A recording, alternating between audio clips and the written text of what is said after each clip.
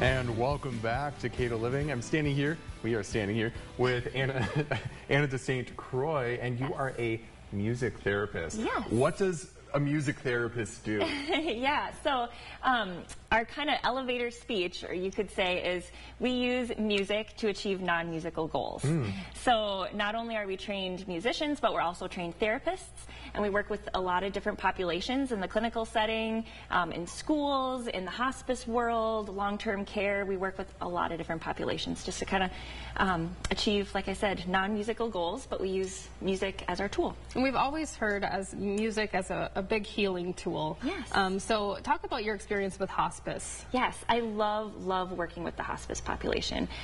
We are there not just for the patients that are going through, their illnesses and that dying process, but we're also there for the families and the caretakers. There's so many people who are involved in that process, and we kind of just offer an opportunity to work through emotions in a different way. We kind of bring the holistic piece to the process. There's so much more to hospice than just the physical part of it, the medications, the management, which is obviously a huge piece as well, but there's spiritual, there's emotional, there's psychological things that music can really help with as well, so we're lucky to be able to work with patients and families in that way. I guess music is, really all of those things that you listed. It is very, psychological, spiritual, holistic in many different ways. And, you're bringing this to people. To help them get a better and different understanding of the situations that they're in. Right. That's the cool piece about music. It reaches,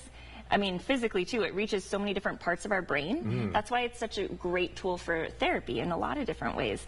But everyone, I don't care who you are, where you're from, or how old you are, everyone has a connection to music, whether you know it or not. When you're walking through the grocery store, there's music playing. There's not one day that anybody goes about their lives and isn't involved in music in some way, whether you know it or not. So what does a typical session look like?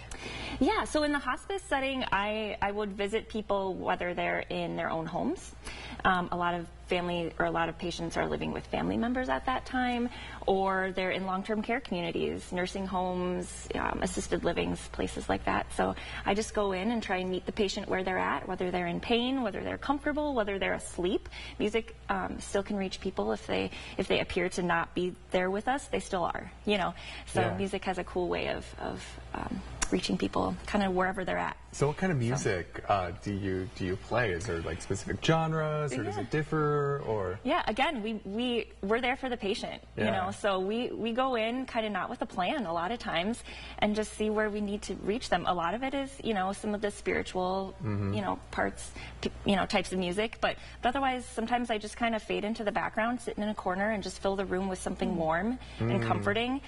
You want to, there's so much to being in a space too, and creating a warm and comforting space is so important, especially if you're not in your own home. And it's kind of like, I saw that you brought your bag in, but I feel like, is that the bag that you bring, with you? It's kind of like you're like the doctor, if they're going to the at-home place, and it's like, what do you need? Like maracas? Do you need a guitar? No, it's fun we kind of bring our bag of tricks and see what we need. But yeah, I love it because, like I said, we reach the patients where they're at, and it's different every day. Where can people find more information about what you do or get in touch with you if they're interested in this? Yeah, so I'm working in my own private practice at this time. So my website is rivervalleytherapeutic.arts.com, and you can also find me on Facebook. Also, just look at the American Society Music Therapy Association. There's a Minnesota association, but also just the overall Music Therapy Association, and they have lots of really cool information and awesome. Things to look at too. So great. Well, thank you so much for being here today, and we'll have more when we come back on Cato Living.